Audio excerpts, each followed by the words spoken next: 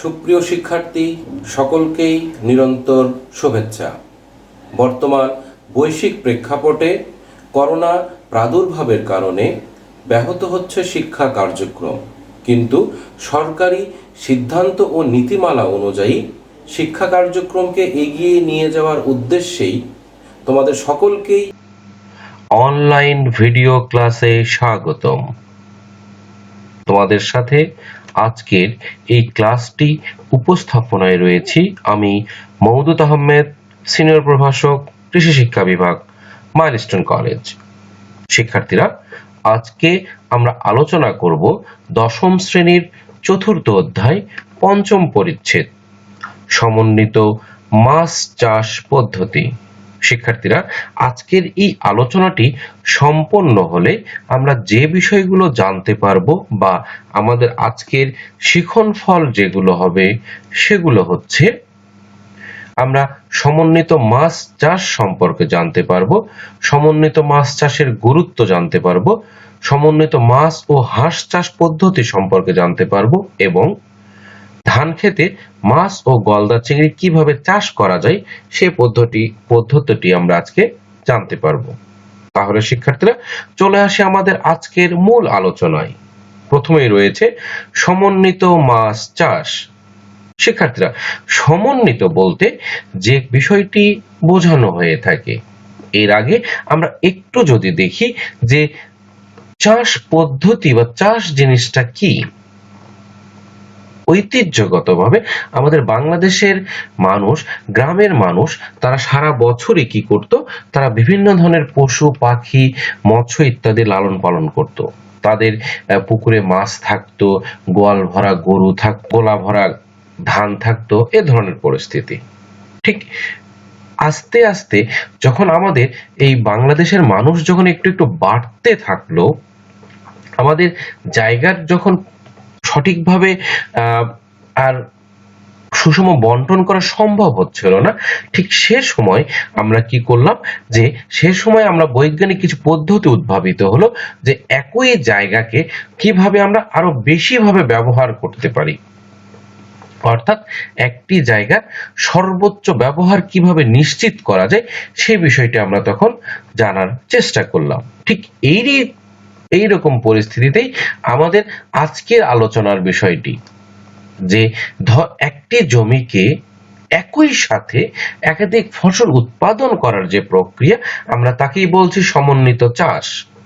তাহলে শিক্ষার্থীরা, একই জমি অর্থাৎ জমি একটাই থাকবে, সেই জমিকে আমি একাধিকভাবে চাষ করব।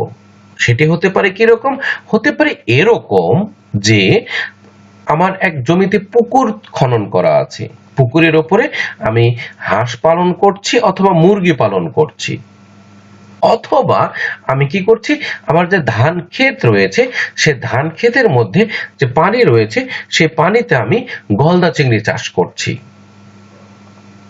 এই ব্যবস্থাটিকেই আমরা বলছি সমন্বিত চাষ পদ্ধতি। সমন্বিত চাষে যখন মাছের সাথে অন্য ফসলের চাষ করা হয়, আমরা তখন তাকে সমন্বিত চাষ বলে থাকি। শিক্ষার্থীরা, সমন্বিত চাষের গুরুত্ব, আমরা সমন্বিত চাষের সংজ্ঞাটি জানার চেষ্টা করেছি। এরপরে যদি আমরা একটু দেখি সমন্বিত চাষের গুরুত্বগুলো কি রয়েছে। প্রথমে বলা হচ্ছে যে একই জমিতে একই সময়ে অল্প খরচে একাধিক ফসল পাওয়া যায়, ফলে বাড়তি খাদ্য উৎপাদন করা সম্ভব হয়ে থাকে। একই ফসল অপর ফসলের সহায়ক হিসেবে কাজ করে, অর্থাৎ আমি যে মুখ্য যে ফসলটি রয়েছে সেই ফসলটি গৌণ ফসলকে সহযোগিতা করে, আবার গৌণ ফসলটিও মুখ্য ফসলকে সহযোগিতা করে, অর্থাৎ একে অপরকে কখনোই শত্রু ভাবাপন্ন ভাবে কাজ করে না। পরিবেশের ভারসাম্য বজায় থাকে, আমাদের পরিবেশিক যে একটি অবস্থা রয়েছে, অর্থাৎ যে আমরা একসঙ্গে একের অধিক যে চাষাবাদের কথা বলছি, সেখানে অবশ্যই যে সহ্য ক্ষমতা সম্পূর্ণ, ধারণ ক্ষমতা সম্পন্ন, অর্থাৎ যাদের মধ্যে সুসম্পর্ক বজায় রাখা সম্ভব, সেই ধরনের প্রাণীদেরকেই আমরা লালন পালন করে থাকব। শিক্ষার্থীরা পরবর্তীতে কি বলছে, সার ব্যবহারের খরচ কমে। কেননা যে কথাটা আমরা একটু আগেই বলেছি, একে অপরের উপরে নির্ভরশীল, তাহলে তো অবশ্যই সারের খরচ কমবে, কারণ একজন আরেকজনকে কিছুটা সহযোগিতা করতে পারছে। শ্রমের যথাযথ ব্যবহার নিশ্চিত হয়, সেটি আমাদের ক্ষেত্রে হোক বা আমি যদি খামারে ভাড়া করা শ্রমিকের ব্যবস্থা করি, তাহলে তারও যথাযথ ব্যবহার নিশ্চিত করা সম্ভব হয়ে থাকবে। কিভাবে? আমরা যদি মাছ ও হাঁসের কথা বলি, একসময় সেই শ্রমিকটি পুকুরের মাছের দেখাশোনা করছে, খাদ্য দিচ্ছে, ইত্যাদি কাজ করছে। আবার অবসর সময়ে সে কি করছে, হাঁসের ঘর পরিষ্কার করছে, হাঁসকে খাদ্য দিচ্ছে, হাঁসের ডিম সংগ্রহ করছে, ইত্যাদি কার্যক্রম। তাহলে আমরা এখান থেকে বলতে পারি যে শ্রমের সঠিক ব্যবহার আমরা নিশ্চিত করতে পারছি। সম্পদের সর্বোচ্চ ব্যবহার নিশ্চিত হয় ও অপচয় রোধ করা যায়। অর্থাৎ আমাদের যতটুকু সম্পদ রয়েছে, আমরা মূল আলোচনার প্রথমেই যে বিষয়টি বলেছিলাম যে আমাদের যতটুকু সম্পদ রয়েছে সেই সম্পদের সর্বোচ্চ এবং সঠিক ব্যবহার নিশ্চিত করার যে বিষয়টি, আমরা তাকে সমন্বিত চাষ বলছি। এ চাষ পদ্ধতিতে সাধারণত ঝুঁকি কম থাকে, অর্থাৎ কোনো কারণে একটি ফসলের উৎপাদন ব্যাহত হলে অন্য ফসল উৎপাদনের কার্যক্রমের মাধ্যমে সে ক্ষতি অনেকটা পুষিয়ে নেওয়া সম্ভব হয়ে থাকে। অর্থাৎ আমি একত্রে দুটি ফসল চাষ করেছি, তার মাঝে কোনো একটি ফসল যদি প্রাকৃতিক কারণে, বাহ্যিক কারণে, কৃত্রিম কারণে যদি নষ্ট হয়ে যায়, সঠিকভাবে দাম না পেতে পারি, তাহলে অপর ফসলটি সেই ঝুঁকি মোকাবেলায় অনেকাংশেই সহযোগিতা করে থাকে। ফলে এই অনেকটা ক্ষতি পোষানোর যে সহযোগিতা করে থাকে, তার মাধ্যমেই আমাদের সমন্বিত চাষ পদ্ধতি পরিচালিত করা সম্ভব। শিক্ষার্থীরা, এবার আসে আমাদের সমন্বিত হাঁস ও মাছ চাষ পদ্ধতি। শিক্ষার্থীরা, আমরা এখানে একটি চিত্র দেখতে পাচ্ছি। আমরা যদি একটু ভালো করে খেয়াল করি, আমরা দেখতে পাবো যে আমাদের প্রথম চিত্রে, বাম পাশের চিত্রে আমরা দেখতে পাচ্ছি যে সেখানে সমন্বিতভাবে হাঁস ও মাছ চাষ করা হয়েছে ভাসমান পদ্ধতিতে। অর্থাৎ পুকুরে ভিতরে ভেলা তৈরি করে সেই ভেলার ভিতরে হাঁস চাষ করা হয়েছে। ভাসমান পদ্ধতিতে সুবিধাটা কি, যে হাঁস পালন করার, হাঁসের লালন পালনে যেহেতু পানির প্রয়োজন হয়, সেজন্য হাঁস লালন পালন করতে অনেকটা সহযোগিতা করে থাকে। আমরা ডানের ছবিতে দ্বিতীয় চিত্রে আমরা এখানে দেখতে পাচ্ছি যে এখানে মাছ ও মুরগির একত্রে চাষাবাদ করা হয়েছে। অর্থাৎ এক্ষেত্রে ঘরটাকে একটু উঁচু করতে হয়, কারণ মুরগির পানির সাথে অতটা সম্পর্ক নেই। এ কারণে আমাদের এই ছবিতে আমরা একটু দেখতে পাচ্ছি যে হাঁস এবং মাছ, মুরগি কিভাবে আমরা লালন পালন করতে পারি। এবার আমরা যদি একটু এদের চাষাবাদ পদ্ধতি সম্পর্কে দেখি, প্রথমেই বলা হচ্ছে হাঁস ও মাছ চাষের যে সুবিধাগুলো কি কি। যদি আমরা যে আলোচনাগুলো প্রথম থেকে করে আসছিলাম, যে পুকুরের উপর যদি হাঁস ও মুরগির ঘর তৈরি করা হয়, তাহলে আলাদা জায়গার প্রয়োজন হয় না। অর্থাৎ হাঁস মুরগির বীজটা সরাসরি পুকুরে পড়ে যায়, যা উৎকৃষ্ট জৈব সার হিসেবে মাছের খাদ্য তৈরিতে ব্যবহার করা যায়। হাঁস মুরগির উচ্ছিষ্ট খাদ্য পুকুরে পড়ে যায়, যা মাছ তার খাদ্য হিসেবে গ্রহণ করতে পারে। হাঁস পুকুরের পোকামাকড় ও ব্যাঙাচি খেয়ে পুকুরের পরিবেশকে ভালো রাখতে সহযোগিতা করে।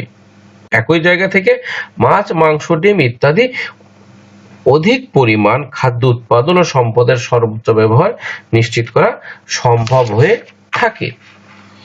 এখন আমরা একটু ধারাবাহিক আলোচনায় দেখব কিভাবে আমরা এই কার্যক্রমগুলো সম্পন্ন করতে পারি। প্রথমেই রয়েছে পুকুর নির্বাচন। অর্থাৎ এ কাজের জন্য আমাকে এমন একটা পুকুর নির্বাচন করতে হবে, অর্থাৎ পুকুরের আয়তন ন্যূনতম 33% হলে ভালো হয়। আমরা কি করব, এই পুকুরে, এখানে যে একটা পুকুর নির্বাচন করব, সেই পুকুরে আমাদের সাধারণত 8 থেকে 10 মাস বা 1.2 থেকে 1.8 মিটার, অর্থাৎ 4 থেকে 6 ফিট পানি থাকে, এ ধরনের পুকুর নির্বাচন করতে হবে। এরপরে যে সচরাচর যে পদ্ধতিগুলো রয়েছে, অর্থাৎ পুকুরের চারপাশের পাড়টি খেয়াল করতে হবে, পুকুরের মাটিগুলোকে অপসারণ করতে হবে, কাদাগুলোকে সরাতে হবে, পুকুরের পানির বিষাক্ততা পরীক্ষা করতে হবে, ইত্যাদি ইত্যাদি যে কাজগুলো আছে সে কাজগুলো আমাদের সম্পন্ন করতে হবে। তাহলে আমরা পুকুর প্রস্তুতি সঠিকভাবে সম্পন্ন করতে পারবো। পরবর্তীতে এরপর আমরা কি করতে পারি, হাঁস এবং মুরগির জন্য ঘর নির্মাণ করতে পারি। যে কথাটা আমরা একটু আগেই আমি চিত্রের প্রসঙ্গে বলছিলাম যে যদি হাঁস লালন পালন করি তাহলে অনেক ক্ষেত্রে ভাসমান ঘরের মাধ্যমেও সম্ভব। শুধুমাত্র আমাদের ভেলা তৈরি করে নিয়ে সেখানে আমরা হাঁসের লালন পালনের ব্যবস্থা করতে পারি। মুরগির ঘর তৈরির ক্ষেত্রেও ঠিক আমাদের একই রকমের একটা ব্যবস্থা রয়েছে। এক্ষেত্রে মুরগির ঘর নির্মাণের জন্য আমাদের একটু উঁচু ঘর নির্মাণ করতে হয়, যেখানে মুরগি আমরা লালন পালন করতে পারবো। সাধারণত এক ধরনের ঘরগুলো বাঁশ, বেত, খড় ইত্যাদি তৈরি করা যায়। ঘরটি পাড় থেকে 1.2 থেকে 1.5 মিটার ভিতরে পানির উপরে তৈরি করতে হবে, যেন শুকনো মৌসুমে পানি কমে গেলেও বিষটা বা উচ্ছিষ্ট খাদ্য মাটিতে না পড়ে পানিতে পড়ে। পানির উপরিভাগ থেকে ঘরের মেঝের দূরত্ব সাধারণত 1.5 থেকে 2 ফিট হলে ভালো হয়। মেঝে থেকে ঘরের চালার উচ্চতা 4 থেকে 5 ফিট হলে ভালো হয়ে থাকে। অর্থাৎ পর্যাপ্ত পরিমাণ যেন আলো বাতাস যেতে পারে সেই ব্যবস্থা আমাদের রাখা প্রয়োজন। হাঁস মুরগির জাত ও সংখ্যা নির্ধারণ। শিক্ষার্থীরা খেয়াল করো, আমাদের হাঁস মুরগির সংখ্যা নির্ধারণের জন্য আমাদের যে বিষয়টি খেয়াল করা প্রয়োজন, প্রতি শতাংশ পুকুরের জন্য উন্নত মানের 2টি হাঁস বা মুরগি পালন করা যায়। অর্থাৎ 1% পুকুরে যদি আমি সমন্বিত পদ্ধতিতে চাষ করি তাহলে 1% পুকুরে সাধারণত 2টি হাঁস বা 2টি মুরগি লালন পালন করা যেতে পারে। হাঁস মুরগির খাদ্য, আমরা হাঁস মুরগিকে কি খাওয়াবো? সাধারণত বাচ্চা অবস্থায় 90 দিন পর্যন্ত প্রত্যেকটি হাঁসকে প্রতিদিন 60 থেকে 90 গ্রাম করে খাবার খাওয়াতে হয়। পরবর্তীতে 113 থেকে 125 গ্রাম সুষম খাদ্য দিতে হয়। শিক্ষার্থীরা খেয়াল করো, যদি ডিম পাড়া হাঁস হয়ে থাকে বা ডিম পাড়া মুরগি হয়ে থাকে তাহলে 4 সপ্তাহ পর্যন্ত 80 থেকে 90 গ্রাম খাবার দিতে হয়। পরবর্তীতে 110 থেকে 120 গ্রাম হারে দৈনিক খাবার প্রদান করতে হয়। সাধারণত সমন্বিত পদ্ধতিতে চাষ করলে হাঁস মুরগির রোগ বালাই তুলনামূলকভাবে কিছুটা কম হয়। তারপরেও যদি হাঁস মুরগির কোনো রোগ বালাইয়ের সংক্রামক দেখা দেয় তাৎক্ষণিকভাবে ব্যবস্থা নেওয়া প্রয়োজন। আমরা এবার পুকুরে কি মাছ নির্বাচন করব বা কি ধরনের মাছ নির্বাচন করা যেতে পারে সে বিষয়টা আমরা খেয়াল করতে থাকবো। শিক্ষার্থীরা খেয়াল করো, সাধারণত 8 থেকে 12 সেন্টিমিটার আকারের বিভিন্ন কার্প জাতীয় মাছের পোনা শতক প্রতি 35 থেকে 40টি আমরা যদি ছাড়তে পারি ছাড়া যেতে পারে। কাতলা বা বিগ হেড কার্প 4টি, সিলভার কাপ 9টি, পুকুর 8টি, মৃগেল ও কার্প অন্যান্য কার্প জাতীয় মাছ 4টি করে আমরা পুকুরে ছাড়তে পারি। শিক্ষার্থীরা গ্রাস কাপ ঘাস জাতীয় খাদ্য বেশি খায়, সেজন্য পুকুরে যদি ঘাসের পরিমাণ বেশি দেখা যায় তাহলে গ্রাস কাপ মাছের কয়েকটি পোনা ছেড়ে দিলে দেখা যাবে কয়েকদিনের মধ্যে সবগুলো ঘাস খেয়ে ফেলেছে। ঠিক আছে, এবার খেয়াল করো মাছ মজুদত্বর যত্ন, অর্থাৎ প্রতি মাসে একবার জাল টেনে স্বাস্থ্য পরীক্ষা করতে হবে। পুকুরের অক্সিজেনের অভাব ঘটলে নতুন পানি সরবরাহের ব্যবস্থা করতে হবে। বাঁশ বা পিটিয়ে সাঁতার কেটে পানিতে সরবরাহ নিশ্চিত করা প্রয়োজন। শিক্ষার্থীরা এবার আসি উৎপাদন বলতে আমাদের এই মুরগি বা হাঁস একত্রে লালন পালন করার মাধ্যমে আমি কি পরিমাণ উৎপাদন করতে পেরেছি সে বিষয়টা আমরা একটু দেখি। যে খাকি ক্যাম্বেল বা ইন্ডিয়ান রানার জাতের হাঁসগুলো 250 থেকে 300টি করে এরা বছরে ডিম নিয়ে থাকে। 250 থেকে 300টি করে এরা ডিম দিয়ে থাকে। একটি ব্রয়লার মুরগি 2 মাসে 1.5 থেকে 2 কেজি ওজনের হয় এবং লেয়ার মুরগি বছরে 200 থেকে 250টি পর্যন্ত ডিম দিয়ে থাকে। শিক্ষার্থীরা, আমরা এবার দেখব ধান ক্ষেতে মাছ ও গলদা চিংড়ি কিভাবে চাষ করা যায়। সাধারণত ধান চাষের সময় অনেক জমিতেই দীর্ঘদিন পানি ধরে রাখার প্রয়োজন হয়ে থাকে। এসব ধান ক্ষেতে একটু পরিকল্পনা মাফিক যদি তৈরি করা যায়, তাহলে একই জমিতে এক বছরে ধান এবং মাছ ও গলদা চিংড়ির একাধিক ফলন ফলানো সম্ভব হয়ে থাকে। বিশেষজ্ঞদের মতে বাংলাদেশে বর্তমানে 2 লক্ষ হেক্টর জমি ধান চাষের জন্য, ধান খেতে মাছ ও গলদা চিংড়ি চাষের জন্য বিশেষ উপযোগী বা এখনই ব্যবহার করা যায়। আরো 3 লক্ষ হেক্টর জমি ভবিষ্যতে গলদা ও মাছ চাষের জন্য ব্যবহার করা যাবে। ধান খেতে মাছ ও গলদা চিংড়ি চাষের কি কি সুবিধা রয়েছে? একই জমিতে অতিরিক্ত ফসল হিসেবে মাছ ও গলদা চিংড়ি উৎপাদন করা যায়। এতে জমির সর্বোত্তম ব্যবহার নিশ্চিত করা যায়। সাধারণত ধানের ক্ষতিকর কিছু কীট পতঙ্গ রয়েছে, যেগুলো গলদা চিংড়ি খাদ্য হিসেবে গ্রহণ করতে পারে। তবে এক্ষেত্রে একটি বিশেষ সুবিধা হচ্ছে, ধান খেতে কীটনাশক ব্যবহার করতে হয় না। গুরুত্বপূর্ণ বহু নির্বাচনী প্রশ্ন। মাছ ও চিংড়ির চলাফেরার জন্য সাধারণত ক্ষেতের আগাছা জন্মাতে পারে না। এটিও গুরুত্বপূর্ণ জ্ঞানমূলক প্রশ্ন। মাছ ও চিংড়ির বীজটা ক্ষেতের উর্বরতা বাড়াতে সহযোগিতা করে এবং সারের তুলনামূলক খরচ অনেক কম হয়। তাহলে আমরা যদি একটু চাষ পদ্ধতি দেখি, প্রথমে রয়েছে জমি নির্বাচন। আমাদের এমন সব জমি নির্বাচন করতে হবে সাধারণত যেসব জমিতে 4 থেকে 6 মাস পানি ধরে রাখা সম্ভব হয় এবং চাষকালীন সময় ক্ষেতের সব অংশে কমপক্ষে 12 থেকে 15 সেন্টিমিটার পানি থাকে। সে ধরনের জমিতে আমরা মাছ ও গলদা চিংড়ির একত্রে চাষ করতে পারি। যেসব জমি উঁচু অর্থাৎ পানি ধরে রাখতে পারে না, সেখানে সহজে এই ধরনের চাষ পদ্ধতি ব্যবহার করা যায় না। তাহলে আমরা কিভাবে জমি তৈরি করতে পারি? জমির আইল তৈরি বা মেরামতের যে বিষয়টি বলা আছে, প্রথমে জমির আইলগুলোকে শক্ত করে নিতে হবে, মজবুত করে তৈরি করতে হবে, কেননা যেন বন্যার পানিতে জমির ভিতরে সহজে প্রবেশ করতে না পারে বা জমির আইলগুলো ভেঙে ফেলতে না পারে। সাধারণত 30 থেকে 60 সেন্টিমিটার উঁচু করে আইল তৈরি করতে হয়। আইল পর্যাপ্ত চওড়া হলে ভালো হয়, এতে সহজে আইল ভাঙার সম্ভাবনা অনেকাংশেই কম থাকে। ধান খেতে ডোবা খাল ও নালা খনন করা। সাধারণত খেয়াল করো শিক্ষার্থীরা, আমরা কি বলেছি? ধান খেতে 12 থেকে 15 সেন্টিমিটার যেন পানি থাকতে পারে সে ব্যবস্থা করার কথা।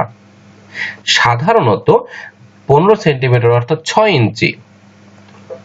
তার মানে ধান খেতে আমাদের এতটুকু পানি রাখতে হবে যেন মাছগুলো চলাফেরা করতে পারে। কিন্তু দিনের বেলা যখন পানি উত্তপ্ত হয়ে যাবে, পানি যখন গরম হয়ে যাবে, তখন মাছগুলো কই থাকবে?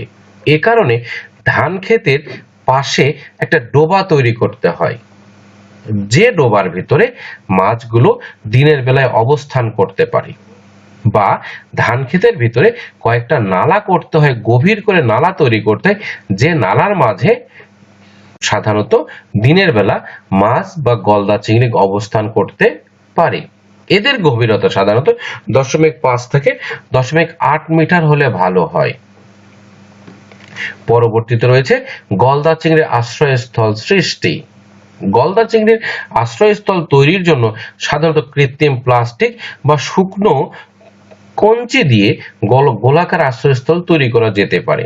এখানে চিংড়ি সহজেই খোলস বদলের সময় নাজুক অবস্থায় আশ্রয় নিতে পারে। অর্থাৎ এ সময় গলদা চিংড়ি একটু নাজুক অবস্থায় থাকে, ফলে অধিক উত্তাপ বা স্বল্প পানি যেন তার জন্য কোনো ক্ষতিকর ব্যবস্থা না হয়, সে বিষয়টি এখান থেকে সহযোগিতা নিতে পারে। এবার রয়েছে ধানের রোপণ পদ্ধতি। অর্থাৎ আমরা গলদা চিংড়ির ব্যবস্থা করলাম, এখন আমি জমিতে কিভাবে ফসল রোপণ করব? প্রথমেই আমাদের কি করতে হবে? জমিতে 2 থেকে 3টি লম্বা লম্বা এবং আড়াআড়ি ভাবে চাষ দিয়ে জমিকে তৈরি করে নিতে হবে। মই দিয়ে মাটিগুলোকে সমান করে নিয়ে মাটি কর্দমাক্ত করে নিতে হবে। এরপর আমরা সেখানে ফসল রোপণ করতে পারবো। সাধারণত এই সমন্বিত পদ্ধতিতে রোপণ করার জন্য বিপ্লব, মুক্তা, গাজী, মালা ইত্যাদি উচ্চ ফলনশীল ধানের জাত ব্যবহার করা যায়। গুরুত্বপূর্ণ বহু নির্বাচনী প্রশ্ন। সাধারণত ধানের সারিতে রোপণ করা ভালো। এক্ষেত্রে সারি থেকে সারির দূরত্ব 20 থেকে 25 সেন্টিমিটার এবং চারা থেকে চারার দূরত্ব 15 থেকে 20 সেন্টিমিটার রাখতে হয়। পরপর 5 থেকে 6 সারি লাগানোর পর 35 থেকে 40 সেন্টিমিটার ফাঁকা রাখতে হয়। এতে মাছ ও চিংড়ির চলাচলের সুবিধা হয় এবং পানিতে পর্যাপ্ত সূর্যালোক পড়তে পারে। ফলে দ্রুত মাছের প্রাকৃতিক খাদ্য তৈরি করা সম্ভব। শিক্ষার্থীরা, মাছের প্রজাতির নির্বাচন। ধান খেতে যেহেতু খুব বেশি পানি থাকে না, তাই কম পানিতে ও কম অক্সিজেনে বাঁচতে পারে বা উচ্চ তাপমাত্রা সহ্য করতে পারে এই ধরনের মাছ ও চিংড়ি আমাদের বাছাই করা উচিত। যেমন কার্পিও মাছ, সরপুঁটি মাছ, তেলাপিয়া মাছ। এরা অল্প পানিতে বসবাস করতে পারে। তবে গ্রাস কাপ ছাড়া যাবে না, কেননা এরা ধান গাছ খেয়ে ফেলতে পারে। পরবর্তীতে রয়েছে আমাদের সম্পূরক খাদ্য তৈরি ও প্রয়োগ। আমরা সাধারণত যেহেতু পুকুরে ধান ক্ষেত, আমরা জমিতে ধান খেতে ফসল রোপণ করেছি, মাছও ছেড়েছি, এবার তাদেরকে আমাদের কিছু খাবারের ব্যবস্থা করতে হবে। সাধারণত চালের কুড়া, খৈল, ফিশমিল ইত্যাদি প্রয়োজনীয় পরিমাণ এগুলো পানির সাথে মিশিয়ে আঠালো তৈরি করে এগুলো আমরা পানিতে কায় আকারে ছোট ছোট বল আকারে পানিতে ছিটিয়ে দিতে পারি, যেগুলো চিংড়ি তার খাদ্য হিসেবে গ্রহণ করতে পারে। সাধারণত প্রতিদিন দেহের ওজনের 3 থেকে 5% খাবার 3 ভাগ করে সকাল, দুপুর ও রাত সন্ধ্যায় প্রয়োগ করতে হয়। মাছ, ধান ও চিংড়ি আহরণ। শিক্ষার্থীরা, ধান কাটার সময় হলে ক্ষেতের পানি কমিয়ে চিংড়ি ও মাছগুলোকে নালা থেকে ডোবায় নিয়ে এসে ধান কেটে ফেলতে হয়। ধান কাটার পরেও যদি পানি থাকে বা পানি সরবরাহের ব্যবস্থা থাকে, তাহলে সেক্ষেত্রে পরবর্তী ফসল রোপণের পূর্ব পর্যন্ত আমরা এখানে মাছ চাষ পদ্ধতি চালিয়ে নিতে পারি। শিক্ষার্থীরা, আমরা আলোচনার একবারে শেষ পর্যায়ে চলে এসেছি। আমরা আজকে যে আলোচনাটি করলাম, এই আলোচনাটি তোমরা তোমাদের পাঠ্য বইয়ের 145 পৃষ্ঠা থেকে 149 পৃষ্ঠার মধ্যে পাবে। তোমরা আলোচনাটি দেখার পরে তোমরা তোমাদের পাঠ্য বই থেকে এই উল্লেখিত অংশটি মনোযোগের সাথে পড়বে। এরপর যদি তোমাদের কোনো প্রশ্ন থাকে বা তোমাদের যদি কোনো জিজ্ঞাসা থাকে, তোমরা তোমাদের বিষয় শিক্ষকের সাথে কথা বলতে পারো। তিনি তোমাদের সেই বিষয়গুলো সমাধান করার চেষ্টা করবেন। সে পর্যন্ত তোমাদের সকলকেই নিরন্তর শুভেচ্ছা।